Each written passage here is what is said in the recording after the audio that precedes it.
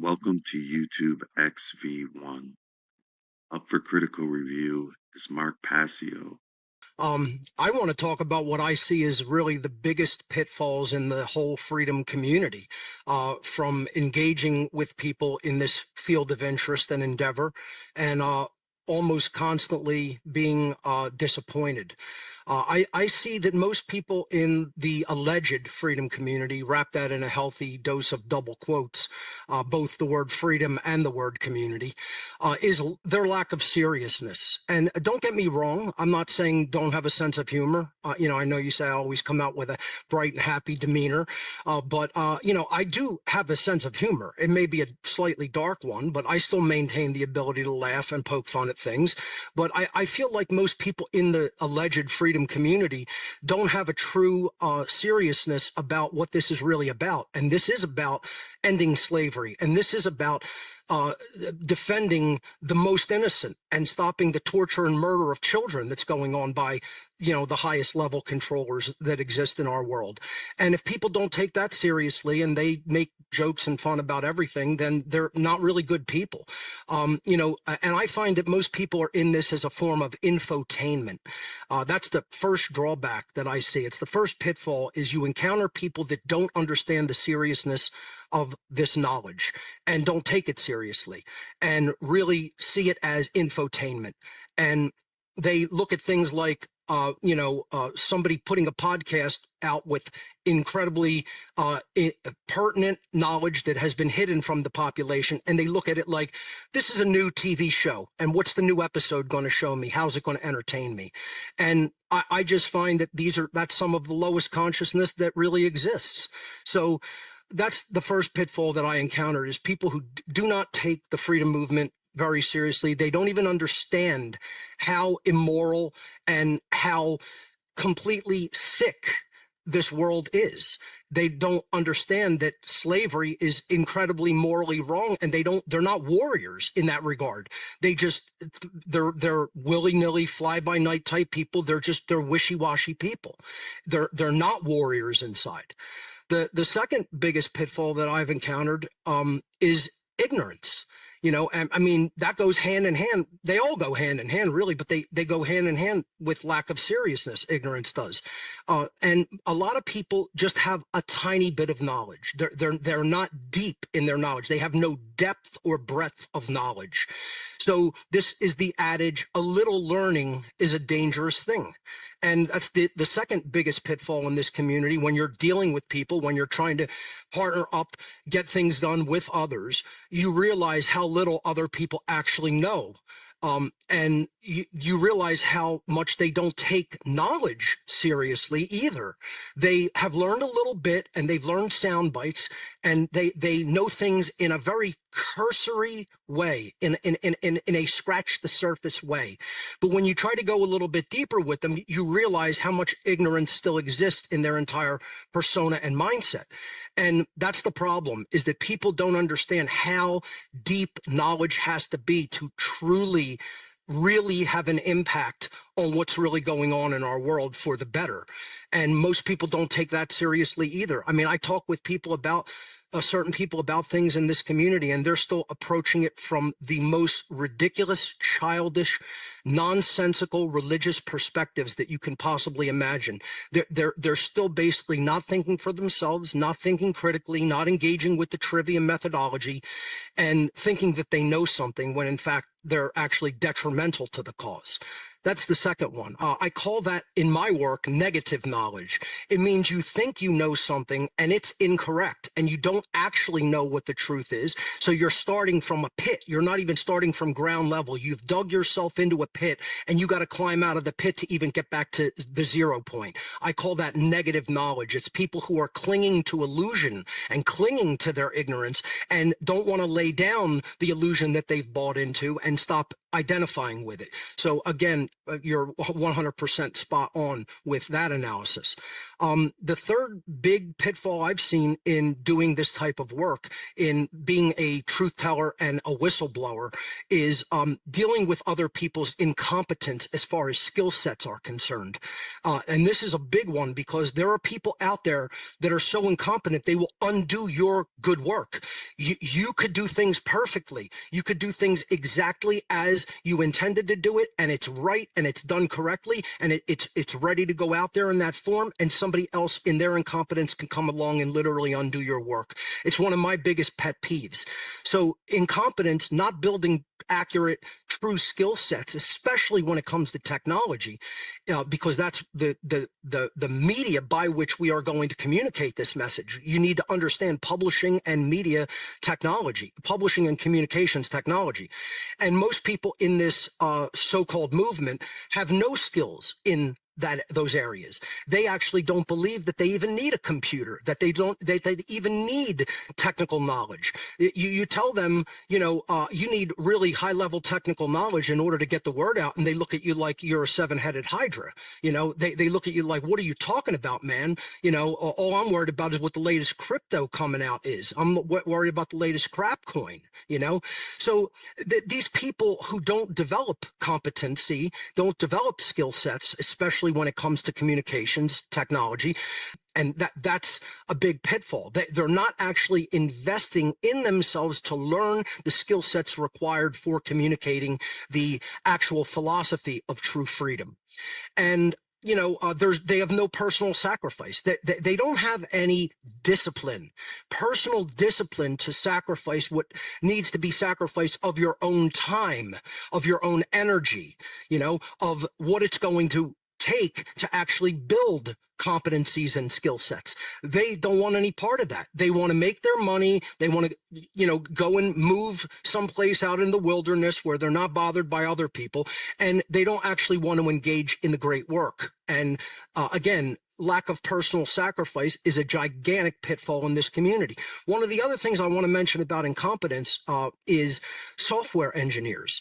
The people who actually build software, I talk about this in my work all the time, will undo your work or prevent you from getting the work done because they're so incompetent at the job that they are allegedly doing.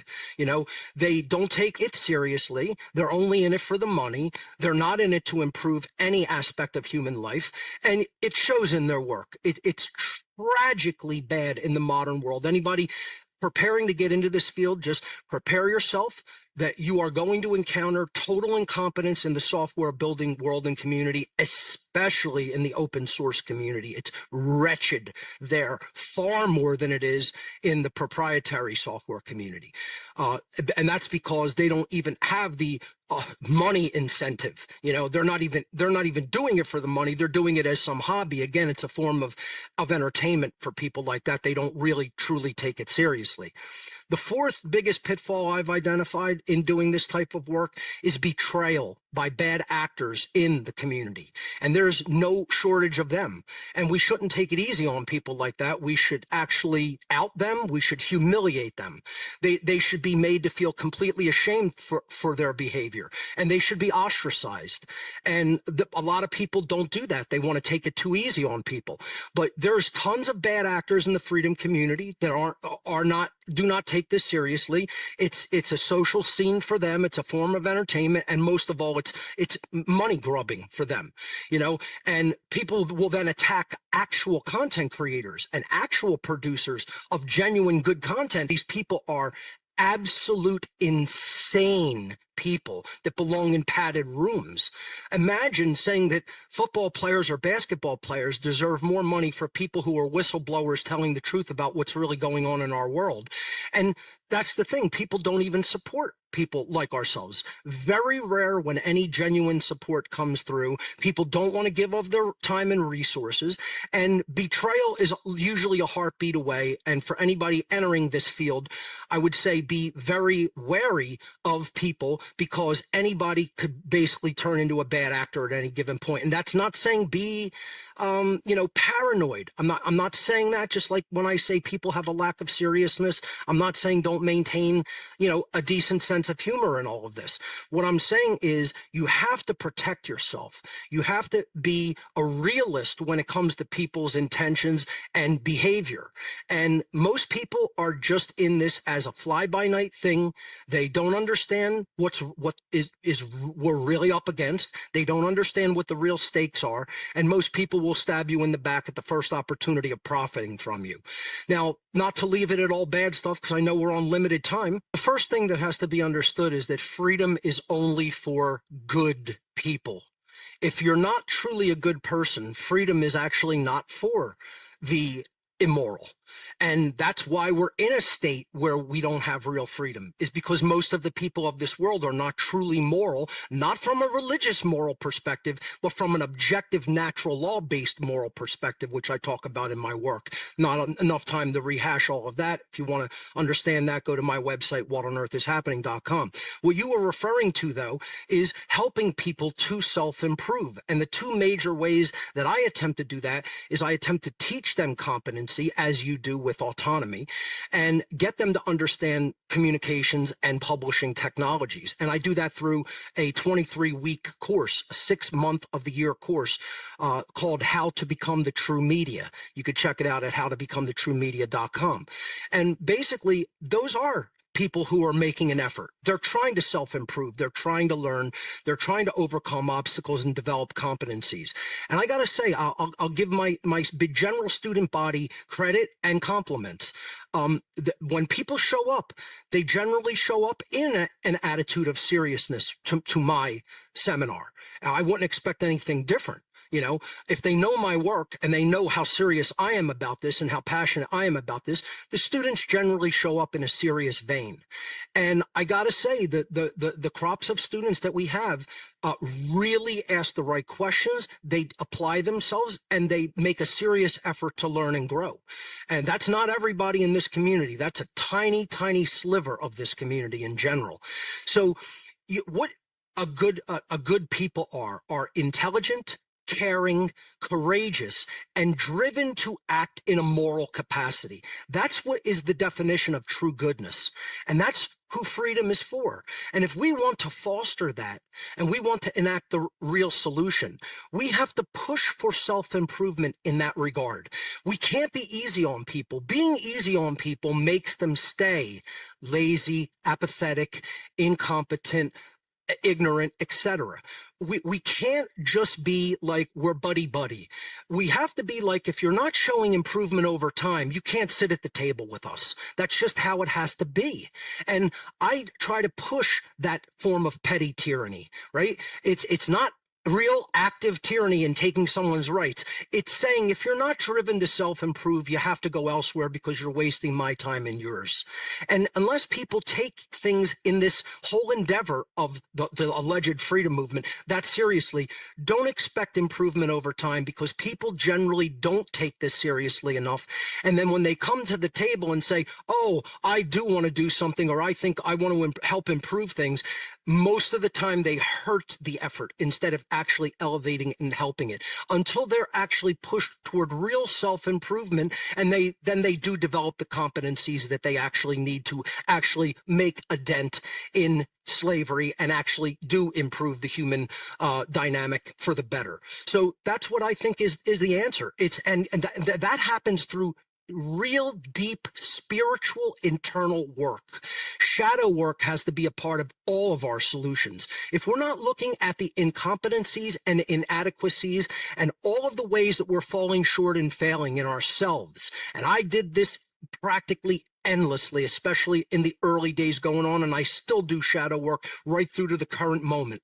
And if we're not expressing that to people and showing them the work that they have to do inwardly before they even attempt to do anything externally, we're not doing our jobs as people who are trying to really uplift human consciousness.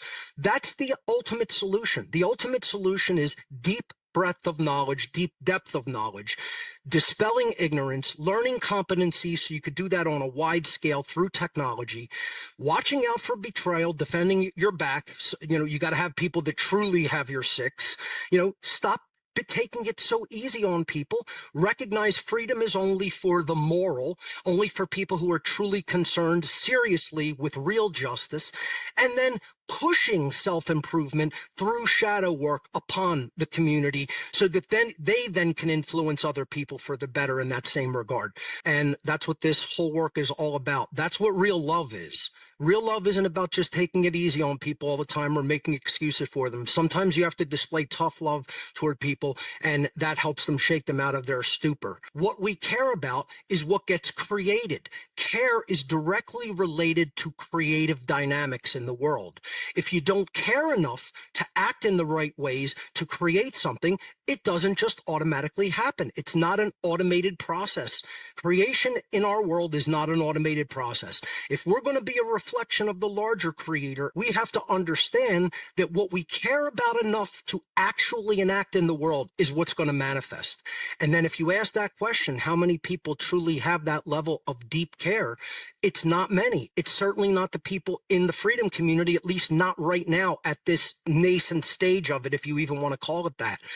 So I feel that the real evil people in the world, the psychopaths, the dark occultists, as I refer to them, the occult controllers, however you want to word it, the sorcerers of consciousness, they have the dynamic of care. It's not a high consciousness care. I call it dark care in my work. And this is a very controversial dynamic. It's a controversial thing to even talk about, that they have higher levels of care than the average person, than the average individual, even in the freedom community does. They have the care to go out and do the things they're going to do on a daily basis, be competent about it, and actually get it done in the world. And they do. They don't talk crap. They don't say something that they're going to do and then not do it. They say they're going to do it. They even put it out publicly, out in the open, because they feel like somebody else's refusal to speak out against it means silent acquiescence for it. So they'll put it right out in the open what they're going to do, and then they actually use all of their time, energy, and resources to actually get done what they say they're going to do. So they're not BSers. You know, they actually say what they're going to do and then go out and get it done. The freedom community, sorry to say, I don't want to see it remain this way. All I'm doing is trying to push it to make it better. But the freedom community, wishy-washy people, for the most part, don't want to learn competencies, don't want to actually do any personal sacrifice for the great work. And until that dynamic changes, their care, the occult controllers' care, the social engineers' care, their dark care is always going to override our wishy-washy care. We have to build that up to warrior level care. If we do that, we have a fighting chance. If we don't do that, we have zero chance.